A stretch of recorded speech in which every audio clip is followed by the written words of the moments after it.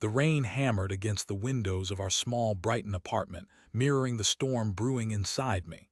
For 20 years, Alaric, a now 46-year-old IT specialist, had built a life with Bront. 20 years of shared dreams, quiet evenings, and a love I believed was unshakable. We weren't the most exciting couple, perhaps, but we were solid. Or so I thought. The first crack appeared subtly, almost imperceptibly. Bront, always meticulous about her appearance, started taking extra care. New clothes, a different perfume, a sudden interest in the gym, all understandable perhaps, if not for the accompanying shift in her demeanor. She became distant, preoccupied, her laughter less frequent, her eyes less warm when she looked at me. Conversations dwindled into curt exchanges, and our one-sentiment nights became a routine of separate beds and silent sighs. I tried to talk to her. "Is everything all right, Bront?"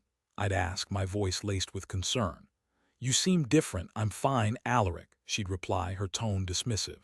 "Just stressed with work." I wanted to believe her. I truly did.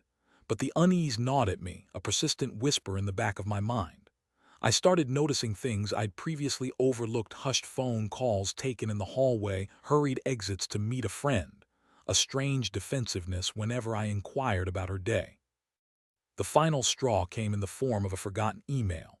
Bront had left her laptop open on the kitchen table. I wasn't snooping, not intentionally. I was simply trying to close the screen when a notification popped up, an email from someone named Jasper. The subject line read, "Can't wait until Saturday." My heart pounded in my chest as I clicked on the email. It was a short, innocuous message, but the underlying implication was undeniable. "Counting down the hours," Jasper wrote. "Thinking of our little escape. See you then." My hands trembled as I scrolled through the rest of the email chain. Pet names, suggestive jokes, plans for a weekend getaway to a secluded cottage in the Cotswolds. The evidence was irrefutable. Bront was having an affair. The world seemed to tilt on its axis. My breath caught in my throat and a wave of nausea washed over me. 20 years. 20 years of loyalty, devotion, and unwavering love, all reduced to this clandestine email, a betrayal so profound it threatened to shatter me completely. I stumbled back, my legs weak, my mind reeling. How could she do this to me, to us? What had I done to deserve this? The next few days were a blur of shock, anger, and disbelief.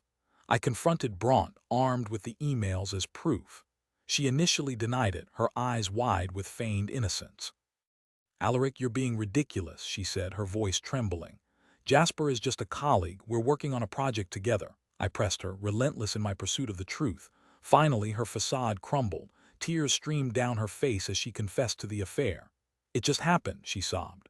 "I didn't mean for it to go this far." "Long?" I asked, my voice barely a whisper. 6 months, she admitted, her head bowed in shame. 6 months. 6 months of lies, deception, and secret rendezvous. 6 months of me living in a fool's paradise, oblivious to the betrayal unfolding right under my nose. The pain was unbearable, a searing agony that ripped through my soul. I felt like I was suffocating, drowning in a sea of despair. Everything I had believed in, everything I had cherished, had been reduced to ashes. I spent the next few weeks in a daze, wandering through our apartment like a ghost.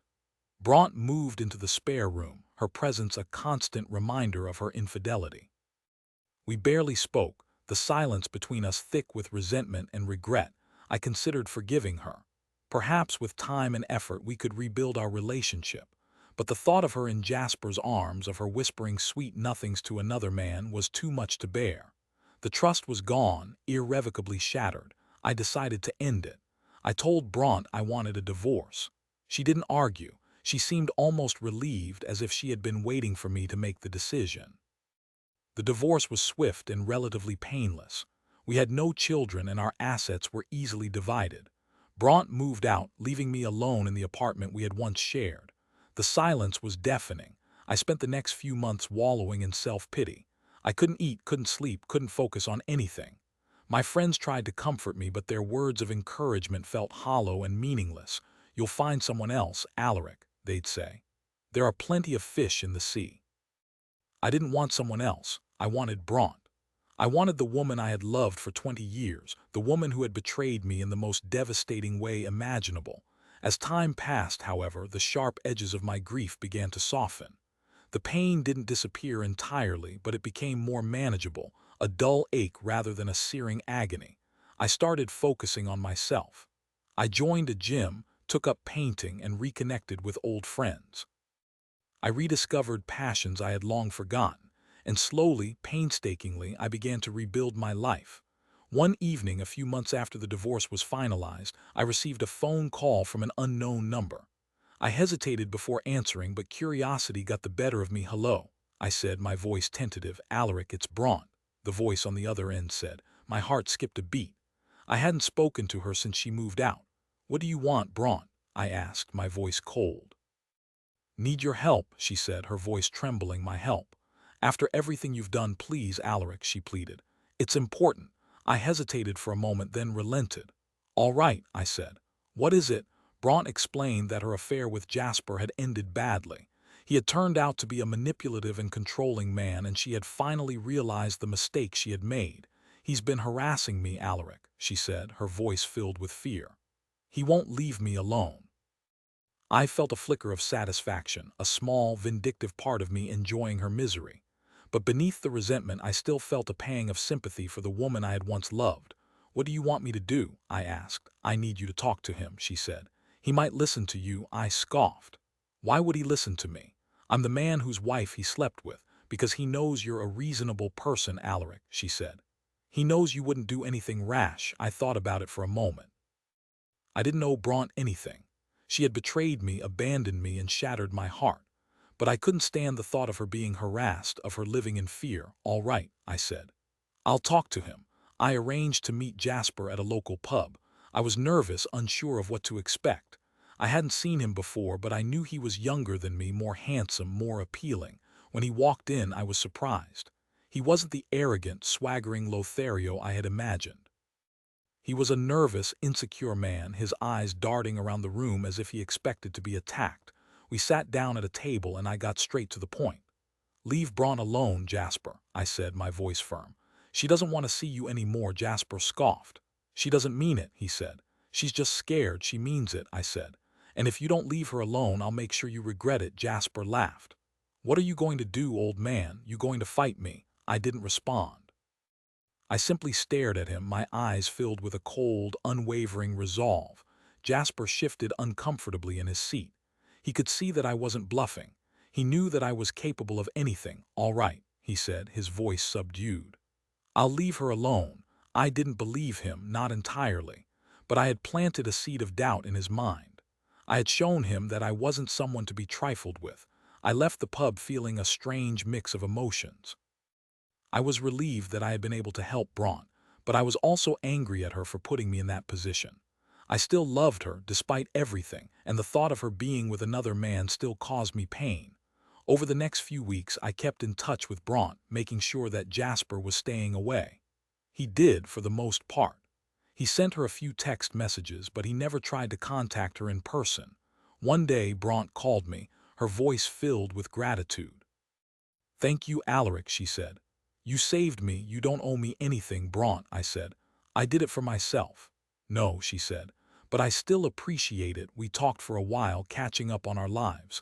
It was the first real conversation we had had in months, and it felt good. I realized that I had missed her despite everything. I missed her laughter, her warmth, her companionship. "Alaric," she said hesitantly, "I was wondering, would you ever consider giving us another chance?" I was taken aback. I hadn't expected that. I thought about it for a long time, weighing the pros and cons. Could I ever truly forgive her? Could I ever trust her? The end, I decided that I couldn't. The betrayal was too deep, the scars too raw. I told Bront that I appreciated her offer, but that I didn't think it would work. She was disappointed, but she understood. We ended the call on good terms, promising to stay in touch. I never remarried. I dated a few women, but none of them measured up to Bront. She remained the standard by which I judged all other women, and no one ever quite met her mark. Years later, I ran into Bront at a local grocery store. She was with a man, a kind-looking man with a warm smile. She introduced him as her husband, Nigel. We chatted for a few minutes, and I could see that she was happy. She had moved on, found someone who loved her and treated her with respect. I was happy for her. I realized that I had finally forgiven her, not just for my sake, but for hers as well. She deserved to be happy even if it wasn't with me. As I walked away, I felt a sense of peace wash over me. The pain was gone, replaced by a quiet acceptance. I had survived the betrayal, rebuilt my life, and found happiness in my own way. And that, I realized, was enough. But the story doesn't end there. A few years later, I received a message through a mutual friend. Bront had passed away after a long illness. Nigel had reached out, knowing of the history between us, to let me know. I attended her funeral. It was a small, intimate affair attended by close friends and family. Nigel stood by her graveside, his eyes filled with grief. I approached him after the service and offered my condolences. "She spoke of you often, Alaric," he said, his voice thick with emotion. "She always regretted what happened." I nodded, unable to speak. "She wanted you to know that she loved you in her own way," he continued, "and that she was grateful for your forgiveness." I smiled sadly. "I know," I said. "I forgave her a long time ago." As I stood there looking at her grave, I realized that Bront had been the love of my life despite everything. She had brought me joy, passion, and heartbreak, and she had taught me valuable lessons about love, loss, and forgiveness. And in the end, that was all that mattered. But even that's not quite the end. About a year after Bront's passing, I received a letter. It was postmarked from a small village in the Cotswolds. The return address was unfamiliar. Curiosity piqued, I opened the letter. Inside was a single sheet of paper, handwritten in a delicate script. "Alaric," it read. "I know this will come as a shock, but I felt you deserved to know the truth. Jasper wasn't just Bront's lover, he was also her half-brother. They had a complicated relationship, to say the least. I am his ex-wife, and I felt you deserved to know the truth. He is a serial manipulator, and she was one of his victims. I hope this brings you some closure. Sincerely, Isolde." Revelation hit me like a ton of bricks. Half-brother, manipulator, victim. The pieces of the puzzle suddenly clicked into place. Bront's secrecy, her guilt, her fear, it all made sense now. She hadn't just been having an affair. She had been entangled in a web of family secrets and manipulation, a situation far more complex and disturbing than I had ever imagined. I felt a surge of anger, not at Bront, but at Jasper. He had taken advantage of her, exploited her vulnerabilities, and destroyed our marriage. He was a snake, a predator, and I was determined to make him pay. I spent the next few weeks tracking him down. It wasn't easy, but I had resources, connections. Eventually, I found him living in a small town in Spain, working as a bartender. I flew to Spain, determined to confront him. I found him behind the bar, mixing drinks with a practiced ease. He looked older, more weathered, but his eyes still held that same manipulative glint. "Jasper," I said, my voice low and menacing. He looked up, his eyes widening in recognition. "Alaric," he said, his voice trembling. "What are you doing here?" "I'm here to settle a score," I said. I didn't hit him. I didn't yell at him. I simply told him the truth. I told him that I knew about his relationship with Bront, that I knew about his manipulation, that I knew about the pain he had caused, and then I walked away. I didn't need to exact revenge. I didn't need to inflict physical harm. The truth was enough. The knowledge that he had been exposed, that his secrets had been revealed, was punishment enough. I returned to Brighton, feeling a sense of closure I had never thought possible. I had finally put the past behind me, forgiven Bront, and confronted her tormentor. I was free, and for the first time in a long time I was truly happy.